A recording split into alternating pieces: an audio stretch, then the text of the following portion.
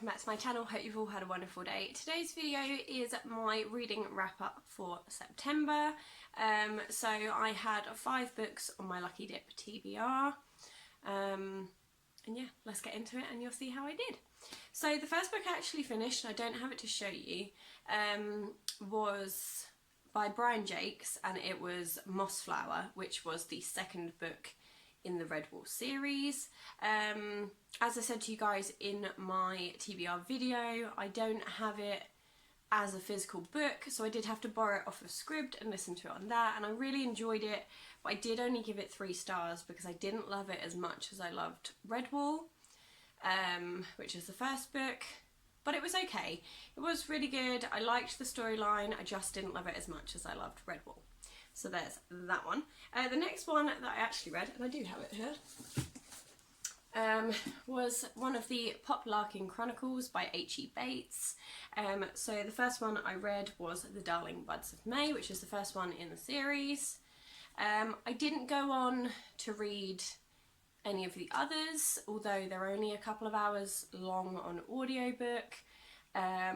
So I will be popping the piece of paper back in to my Lucky Dip bag so that I can continue to read these as and when they come up in my TBR. But I did really enjoy it. I absolutely love the TV series with Pam Press and David Jason, and it really did make me feel very summery, very cozy, and yeah, I just really enjoyed it. So there's that one. And next up was actually one I read as a buddy read with the lovely Nikki Pearson. It was The Cruel Prince by Holly Black. So this is the first book in the Folk of Air series, I believe that's what it's called. It was really good. It follows Jude, who is a human in the fairy world, and kind of all the different things she comes up against, the royal fairy family that she has direct dealings with, and all that kind of interestingness. I did really enjoy it. I gave it 4 stars. I listened to some of it on audiobook as well, and I did really enjoy it, but there were aspects of it that I just didn't like certain characters I really didn't like, and I know that should make a good book, but it just didn't make it a 5 for me because there were certain parts of it I felt maybe were a little bit unnecessary. I won't say too much about it because I don't want to give it away in case you want to read it, but I really do recommend it. I absolutely loved it. There were just certain characters and certain things they did that just really irritated me.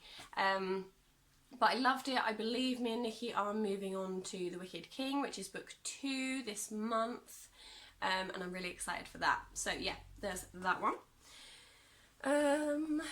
I'm just reading these off in the order that I've written them in my reading journal, because that's easier for me. And it is the order that I would have read them throughout the month as well, I believe. So next up were 2 Goosebumps books by R.L. Stine. There was The Haunted Mask and Monster Blood. I did give them both 2 stars. They're not as exciting as I once found them as a child, and I know they are a middle grade, so I shouldn't be expecting too much.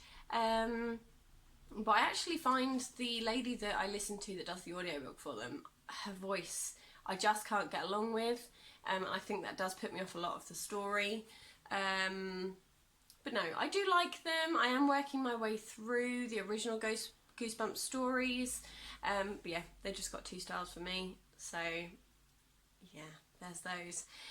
Next up is The Nightwalker by Sebastian Fitzek. Now I read this in a day and a bit. So I started it in the morning, finished it just after midnight the following day.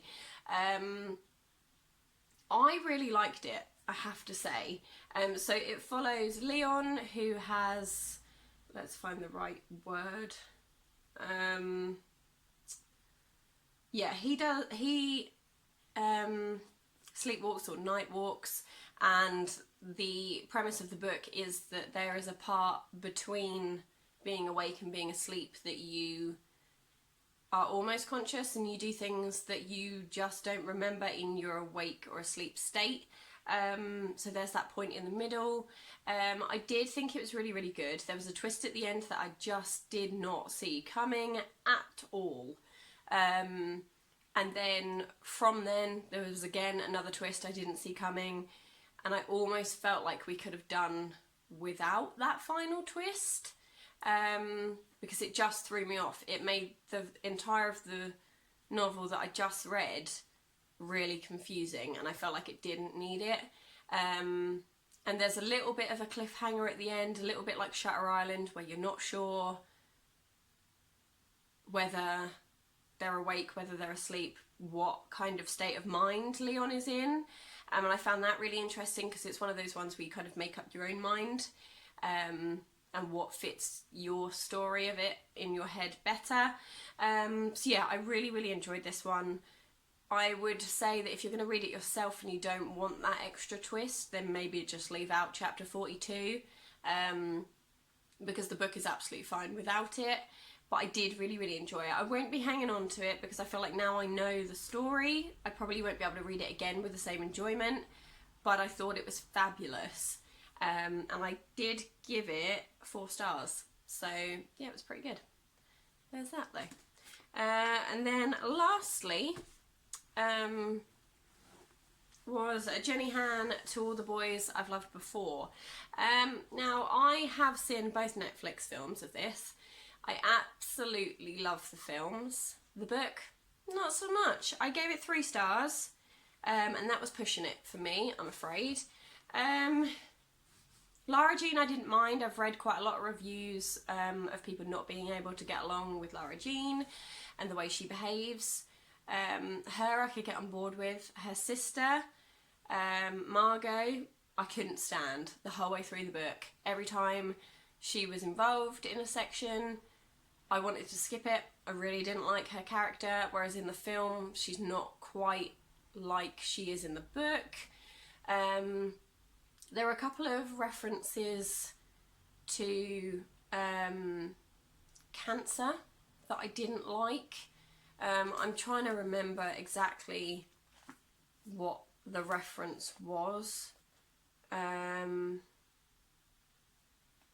can't remember now, but there are a couple of unnecessary cancer references that don't relate to anyone in the book. It's just like a flyaway comment that I didn't think was necessary at all. So yeah, for me, it wasn't great. And on that, I am decluttering book 2 without actually reading it. And I won't be purchasing book 3, obviously. They were on my list, and because I love the film so much, I really wanted to read the book, and I wanted to like it, but I just didn't. I gave it 3 stars because of the way it was written. I felt absorbed in the story, but I also couldn't wait for it to finish. So yeah, for me, it wasn't great. I didn't love it. Probably won't ever read it again. I'll watch the film and I will love the film. I love the characters in the film, but I just couldn't picture them in this. I also found Peter really annoying, whereas in the film I didn't see it like that.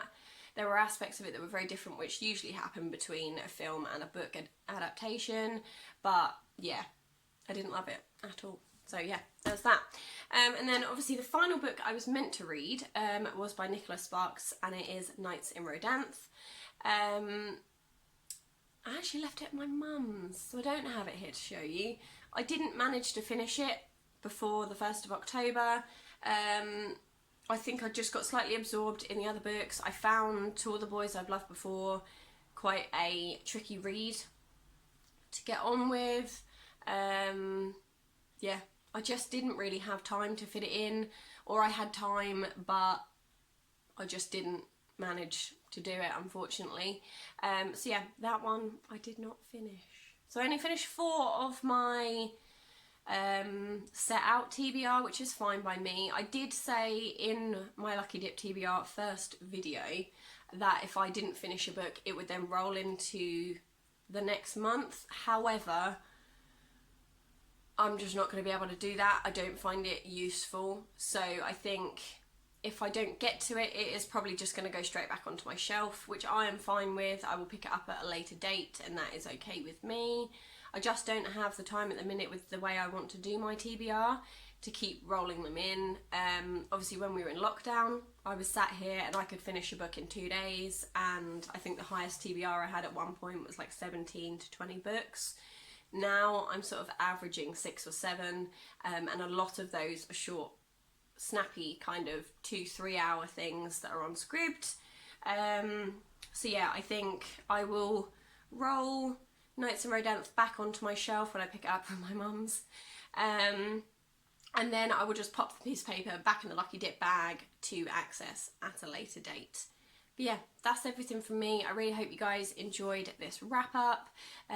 If you've read any of the books I've read, let me know your thoughts in the comments section down below, because I'd love to hear them. And yeah, that's everything from me. Take care, and I'll see you guys in my next video. Bye!